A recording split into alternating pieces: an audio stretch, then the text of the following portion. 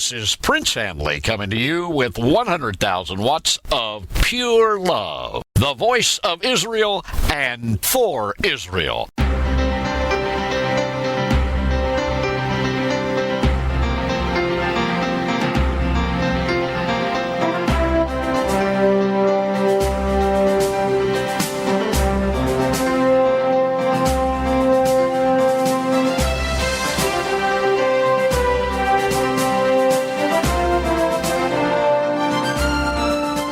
Today, I want to talk to you about pressure on Israel from 7 sides and what Israel needs to do about it. Sources of the pressure. Israel faces pressure from 7 sides during this present time. Number 1, Syria and Iran. Number 2, Hamas, Hezbollah, and terrorist groups. Number 3, political corruption. Number 4, divided Knesset. Number 5, European Union. Number 6, United Nations. And number 7, lack of spiritual unity. The Bible tells us that a 3-fold cord is not easily broken. How much more a 7-fold cord? Let's discuss number 1, Syria, Iran. Iranian officers are now in command of Hezbollah teams at the 7,800-foot elevation of Mount Sannine in Lebanon. From there, they can monitor and cause trouble to the U.S. Sixth Fleet movements in the Mediterranean and also trouble to the Israeli Air Force flights. They can monitor these. Iranian officers also have been attached to Hezbollah's anti-air, surface, and shore-to-ship missile units across Lebanon. If you will consult any of my podcasts on this issue, that is the Syria-Iran issue, you will know that I have given you the answer already, time and time again. I have said, Israel, attack Iran now, before it's too late. Iran's defeat will cause her followers to lay low and lick their wounds. Also, any subordinate military forces will be legally subject to attack and also international humiliation. Why? Because they supported a rogue terrorist nation who had nuclear annihilation as a goal. Number 2, Hamas, Hezbollah, and terrorist groups. Go after them, Israel, wherever they are at. Completely dismantle them. For the individual suicide bombers, cut off all aid to their families and deport the families. Announce the penalty of such attacks and their results upon immediate family members of the suicide bombers. Announce those publicly and in media coverage so as to cause more introspective reflection by those who would carry out such attacks. Establish MDA, Magen David Adom, and other social welfare and medical stations where Palestinians may come for aid. This is to provide help and also show goodwill, even if it is not accepted. By the way, don't expect the Red Crescent to do the same for Israelis.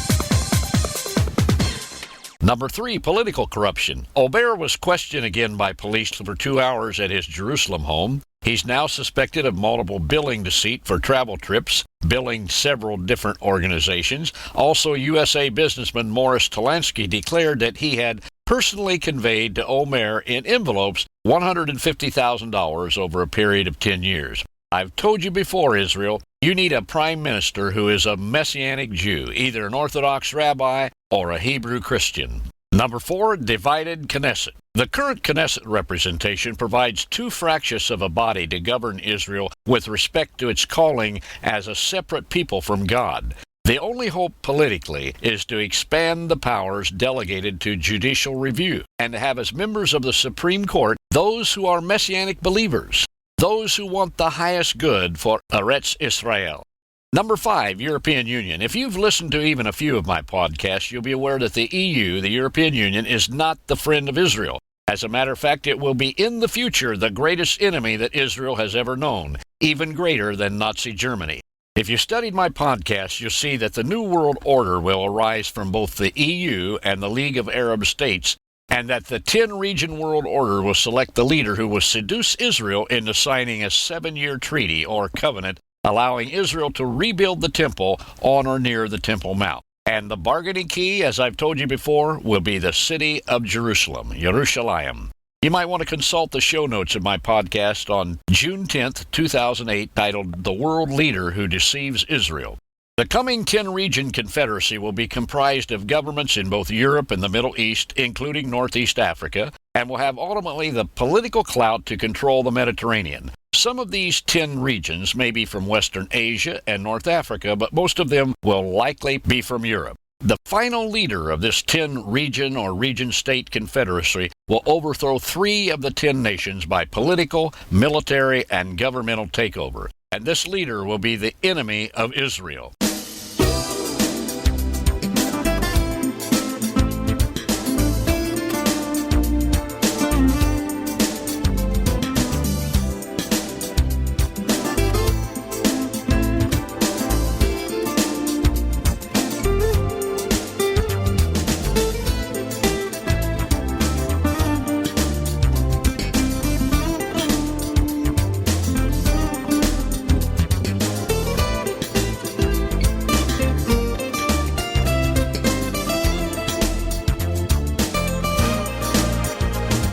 Today, in addition to disease and famine issues, the leaders of the dominant nations are concerned with 3 primary factors. 1, attaining peace among nations and ethnic groups. 2, guaranteeing the flow of oil. And 3, stopping terrorism and conflict in the Middle East, especially between Israel and the Palestinians. Again, the chief bargaining factor will be the city of Jerusalem. What you should be watching for, Israel, is this: leadership. A leader who will seemingly have the solution for the Israeli-Palestinian conflict. This leader, appointed by the New World Order, or the new 10-region governmental entity, will bring temporary peace and will convince the Jews to sign a 7-year treaty. In exchange for agreeing to this treaty negotiation, Israel will be allowed to rebuild her temple on or near the Temple Mount. Then, after 3.5 years, 42 months, the New World Order leader, the false Messiah, will do just what Antiochus Epiphanes did, who desecrated the Jewish temple at the time of the Maccabean revolt. Read in the Tanakh, Daniel, the prophet Daniel, chapter 9, verses 24 to 27, and also Daniel chapter 11, verse 31. The New World Order leader will go into the new rebuilt temple, he will blaspheme God, and then he will declare that he himself is God. Right now, because Israel so wants to increase trade with the EU, it's making preparation for RFID EPC, or Electronic Product Code, tracking to replace UPC barcodes on products. Beware, this will set up Israeli citizens, particularly Jewish people, to be tracked wherever and whenever. Listen to my next podcast. Now let's talk about the 6th area pressing against Israel, the United Nations, the UN. The UN is one of the most impotent bodies on the face of the earth, and it does not have Israel as a priority. Israel, do not depend on the UN, the USA, the EU for help. If you lean on the United Nations or any of these entities, you will be doing the same as your forefathers did, leaning on Egypt. If you read in the Tanakh, the book of Ishayahu, or Isaiah, chapter 31, verses 1 and 3, it says, "Woe to them that go down to Egypt, to Mitzrayim, for help. But they look not unto the Holy One of Israel, neither seek the Lord. Now the Egyptians are men and not God, and their horses flesh and not spirit." Don't lean on anyone, Israel, except the God of Israel.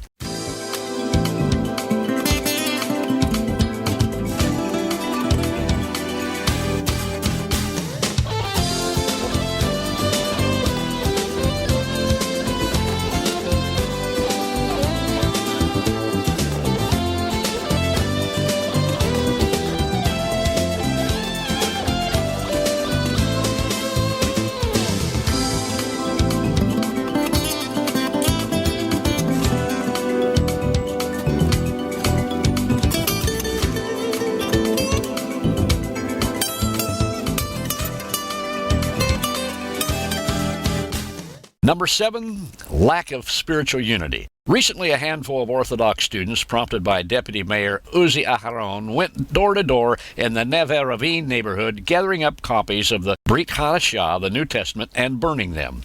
Ma'ariv, the second-largest Hebrew daily newspaper, reported that hundreds of students were involved.